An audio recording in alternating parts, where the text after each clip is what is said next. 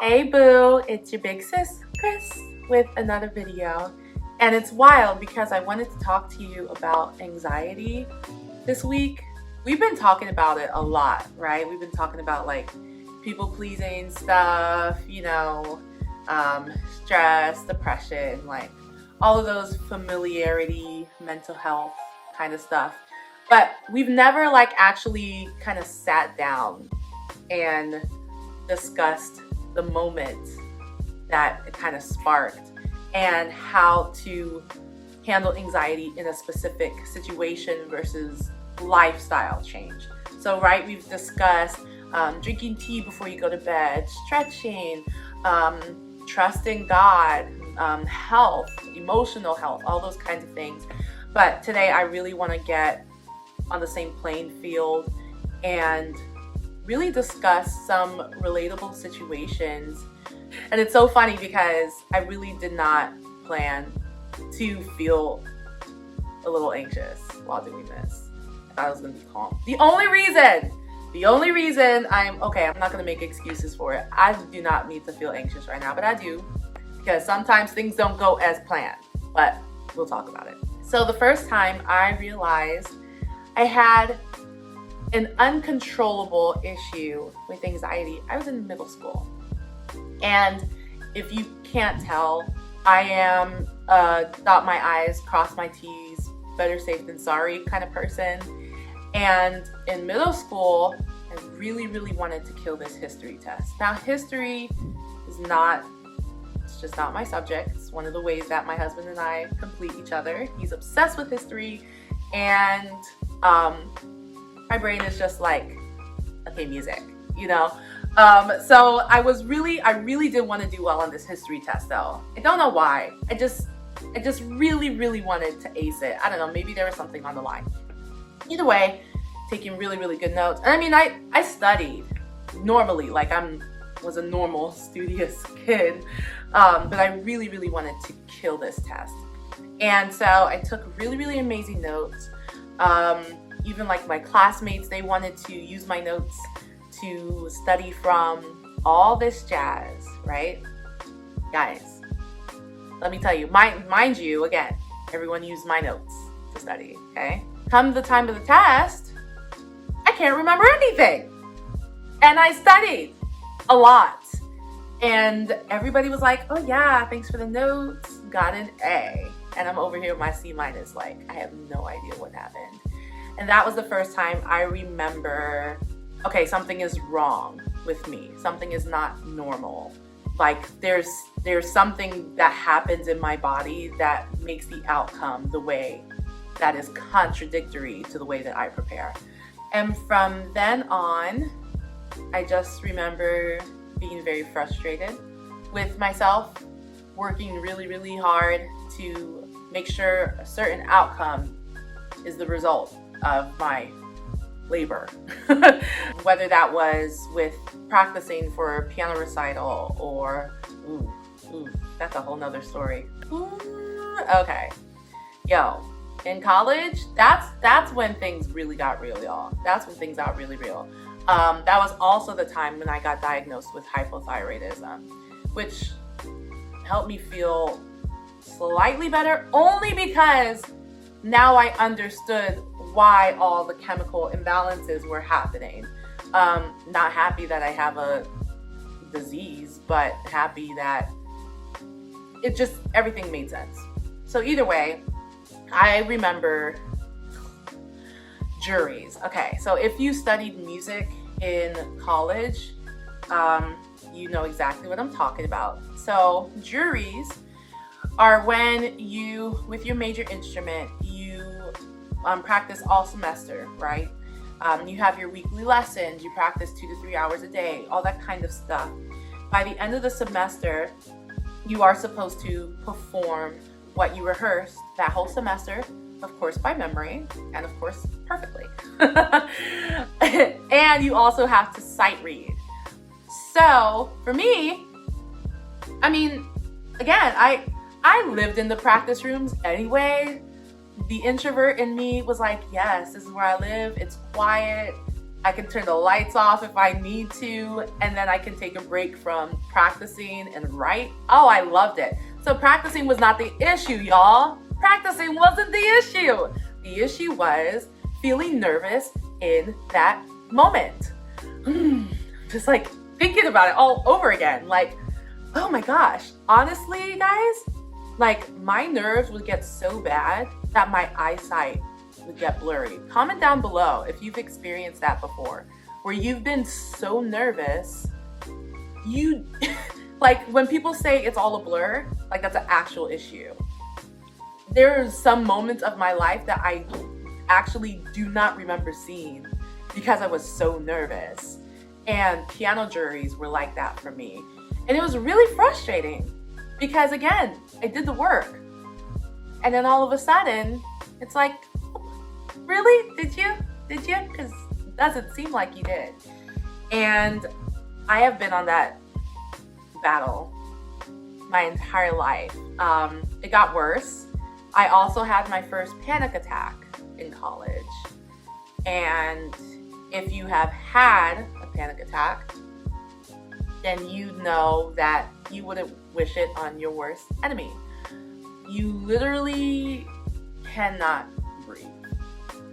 You are just so anxious. You're so overwhelmed with your thoughts and the what ifs and the worst case scenarios and the negative self-talk. You literally cannot breathe. And when I had a panic attack for the first time, it was the day that my disease was getting to the best of me. And my teacher in the education department told me I shouldn't be a teacher anymore. I wouldn't be a good teacher. I don't have what it takes. That destroyed me because I am a teacher. That's like, it's not something I can just turn on or turn off. It's not a career for me. It's a lifestyle. I mentor. I give. And I have my own private lessons facility now. So I'm still teaching. Boom. Anyway.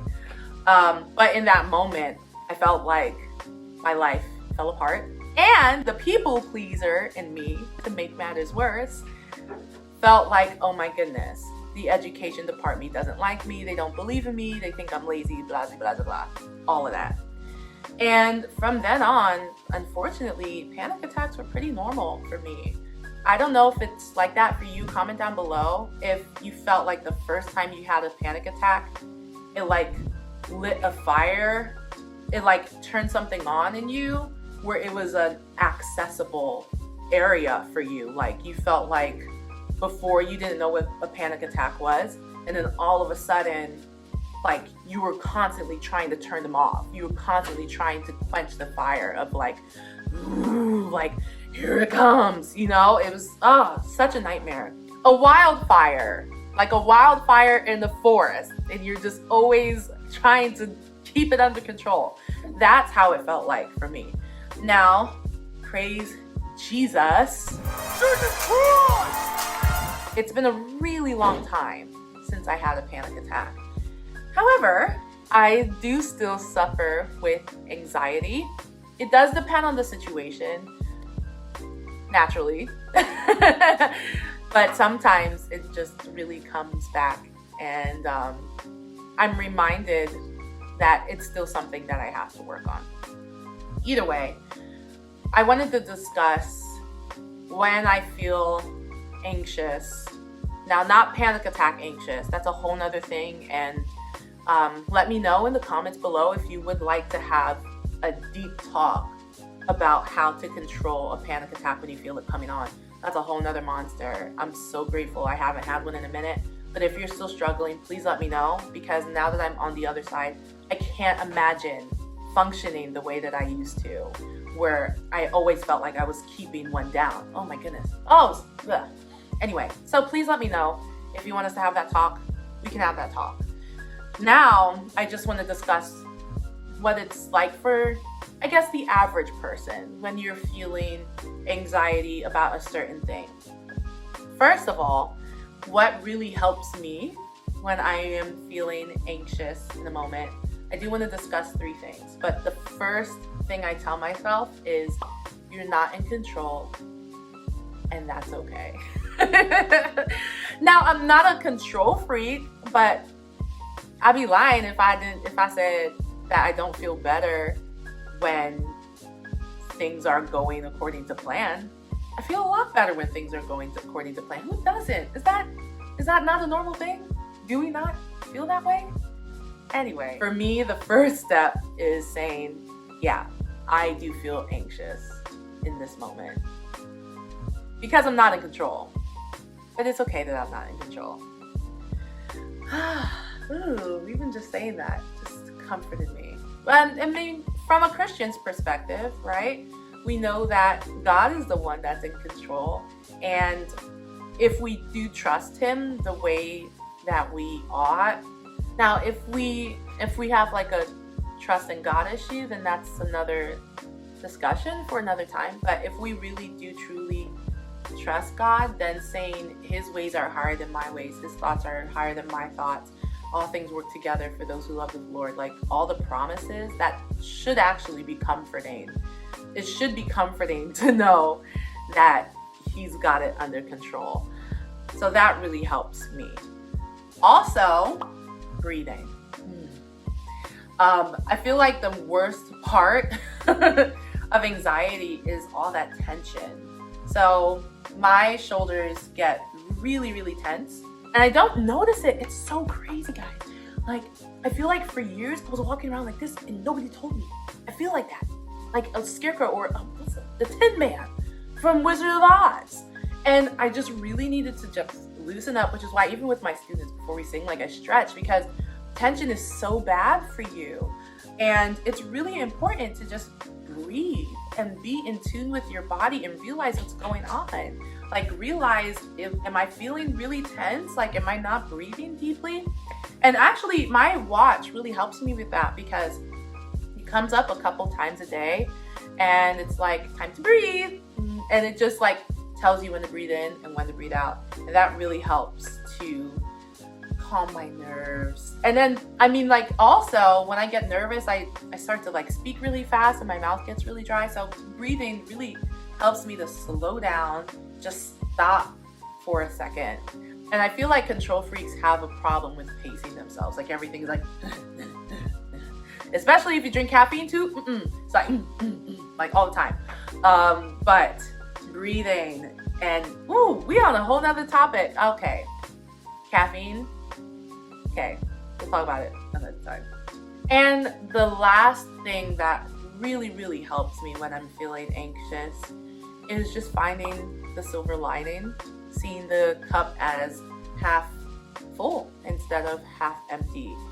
It's really easy to, in a situation, feel like all hell is breaking loose. Genuinely, like, honestly, for me, all I need is like 3 to 5 like bad reasons that I feel like the world is falling apart. Like, oh, this didn't happen, which means this doesn't happen, and then that doesn't happen. I'm like, oh, nope, it's over. We're done. I quit. Where do I sign the contract? Where do I wave my white flag? Like, genuinely.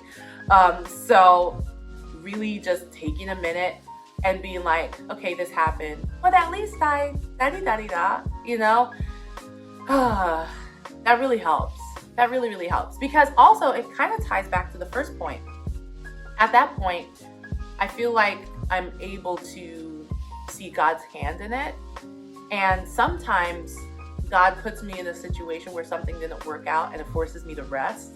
And the control freak in me wants to be like, no, I needed it. And then God is like, no, what you needed was some rest, babe. You needed some rest.